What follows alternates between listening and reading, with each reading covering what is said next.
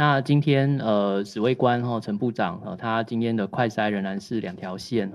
那不过他的症状已经有好转一些，他目前这个咳嗽还是有轻微咳嗽，不过有比较好。那另外中午他其实我们开会，他今天有回我们指挥中心办公，早上就已经有进来，那中午也有跟我们开会，在开会过程中听起来就是说整个对话过程中只有听到一声这个很轻微的干咳那另外有一些鼻音的部分，所以看起来精神元气都不错，谢谢大家的一个关心那所以今天的记者会，因为他谨慎的关系仍然快筛阳性，他是避免出入这一个有记者公共场所在的这个公共场合等等所以今天我们的记者会然由我来主持，跟大家做疫情的报告先说明如上。